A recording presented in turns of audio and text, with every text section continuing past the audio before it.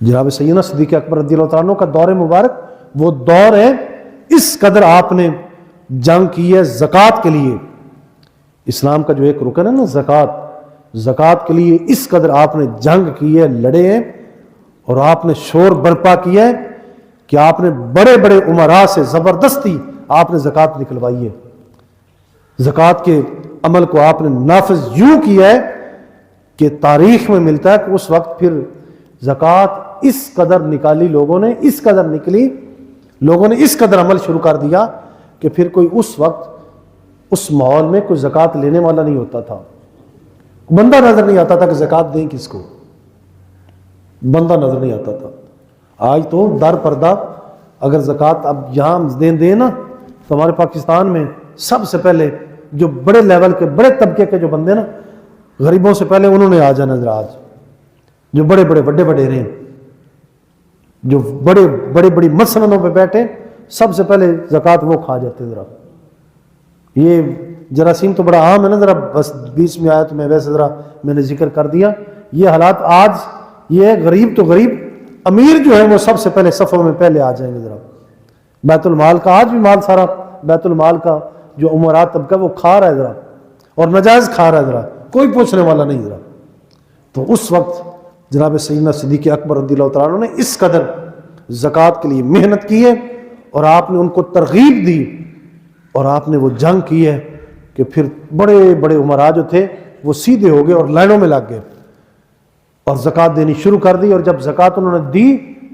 تو ایسے خوبصورت حالات بن گئے کہ زکوٰۃ لینے والا کوئی نہیں ہوتا تھا. تو یہ وہ مبارک زندگی ہے صحابہ کی، اور یہ وہ دور خلافت کا جس دور کی آج بھی ہمیں ضرورت ہے. آج حقیقت میں یہ بھی ذرا جستا ذکر کرتا چلوں، یہ جو آج جیسے الیکشنز ہمارے آ رہے ہیں، یہ ہماری حکومت کی جو کی جا رہی ہے اور جس کا آج چرچا ہو رہا ہے، شورا ہو رہا ہے، اور حکومت کے بارے میں جو ہمیں مشورے دیے جاتے ہیں، یہ جو موجودہ یہ پالیسی ہیں حکومت کی اور یہ الیکشن جو ہے، اصل میں ہمارے علماء جو ہیں حقیقت میں اگر اسلام کے اس تناظر میں آئیں تو وہ ایسے الیکشنوں کے خلاف ہیں اور ایسے الیکشنوں کو وہ مانتے نہیں ہیں. یہ پالیسیاں اور یہ الیکشن اور یہ جمہوری ان کا نظام جو ہے وہ ان سے وہ ہمارے علماء جو ہے قرآن و سنت کی روشنی میں وہ ان سے اتفاق نہیں کرتے، کیونکہ اصل میں حقیقت میں ہمارے لیے بچت اور ہمارے لیے بقا اور اس پوری امت اور اس پوری دنیا کے لیے جو سب سے موزوں اور بہترین جو سسٹم ہے، جو نظام ہے، وہ سب سے بہترین نظام جو سرکار دے کے گئے، وہ سب سے بہترین نظام وہ خلافت کا نظام ہے. خلافت کا کہ امت کے مشورے سے، دوسروں کے مشورے سے مسلم اور مومن جو سربراہ اس کو پوری امت جو ہے عوام جو ہے وہ چنے اور چن کے اس کو لا کے خلیفہ بنا کے بٹھائے، اور وہ نظام مصطفیٰ صلی اللہ علیہ وسلم کے تحت قرآن و سنت کی روشنی میں وہ خلیفہ جو ہے وہ بیٹھ کے وہ فیصلے کرے اور اس نظام کو چلائے. اصل میں حقیقت میں یہ ہے، لیکن افسوس صد افسوس آج ہماری عوام جو ہے وہ اس قدر سست اور اس قدر وہ بوجھل ہو چکی ہے کہ انہیں حقیقت جو ہے وہ نظر نہیں آتی، اور وہ بھی جو ہے ہمارے ایسے جو ایک بنائے ہوئے اور ہمارے عام اور ہمارے غیروں کے اس بنائے ہوئے سسٹم کے پیچھے چل کے آج مجبور ہو کے، مقہور ہو کے اور مغلوب ہو کے وہ آج ہمارے ملک پاکستان میں بھی وہی جو ہے سسٹم چلایا گیا، اور اسی کے تحت ہم جو ہے ہر باری 5 سال کے بعد ہم انہی کے قدموں میں جو ہے وہ دھکیلے جا رہے ہیں، اور ہم سارے جو ہے انہی کے مرہون منت ہیں. ہر 5 سال بعد جو ہے انہی کی لاٹھی اور انہی کی بھینس، ہم جانوروں کی طرح انہی کے بیچوں اور انہی کے قدموں میں جو ہے ہم رول رہے ہیں. جیسے ان کا جی چاہتا ہے ہمیں ویسے ہانک لیتے ہیں اور ویسے چلا کے وہ اپنا جو ہے وہ کام چلا رہے ہیں. تو حقیقت میں جو ہے جو بہترین اور بقا جس کے اندر ہے اور جس کے لیے ہمیں آقا نعمت صلی اللہ علیہ وسلم تیار فرما کے گئے، وہ یاد رکھ لیں. اس سے کوئی مانے یا کوئی نہ مانے،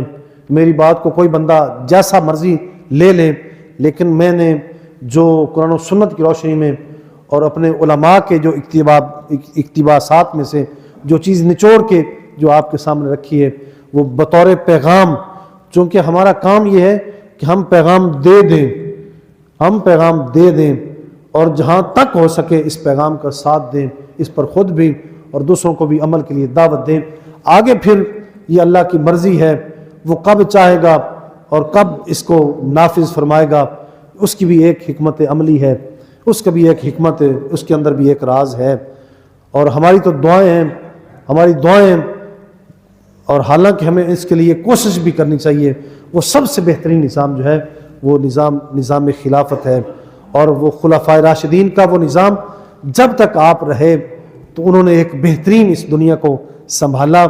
اور اس خلافت کو انہوں نے عام کیا، اور اس کے تحت فیصلے ہوئے، عدل رہا اور سکون رہا، عزتیں محفوظ رہیں، مال محفوظ رہے، اور لوگوں کے حقوق جو تھے وہ محفوظ رہے۔ لیکن آج بدقسمتی سے ہم اس نظام سے ہٹے تو ہر طرح کی آج سزائیں ہم کھا رہے ہیں۔ نہ جانے جب تک ہم، یہ بھی ہے کہ جب تک اس نظام سے دور رہیں گے تب تک ہم یہ سزائیں جو ہیں یہ ہماری مقدر ہیں، تب تک یہ سزائیں ہم نے کھانی ہیں۔ لہذا اس لیے ہماری دعا بھی ہے، اور جہاں تک ہو سکے ہم کوشش بھی کریں اللہ کریم اس فرسودہ نظام سے ہمیں محفوظ فرمائے، اس سے بچائے، اور وہی خلفائے راشدین والا وہ نظام ہمیں عطا فرمائے، نظام مصطفیٰ ہمارے بیچ میں عام فرمائے۔ ہم اس نظام پہ سارے پوری دنیا میں امت مسلمہ یکجا ہو جائیں اور متحد اور متفق ہو جائیں۔ اللہ کریم ہماری نفرتیں قدورتیں دور فرمائے، اور ہمیں صحابہ جیسی، اور بالخصوص جلیل القدر صحابہ، اور ہمارے امیر المؤمنین اور خلیفہ اول دوم سوم چہارم، تمام وہ جو صحابہ تشریف لائے اور انہوں نے اسلام کے لیے ہمیں ترغیب دی اور تعلیم دی اور تاکید فرمائی، اللہ کریم ہمیں ویسے ان کی سنتوں کے اوپر عمل کرنے کی توفیق عطا فرمائے۔ وآخر دعوانا ان الحمد للہ رب العالمین وما علینا الا البلاغ۔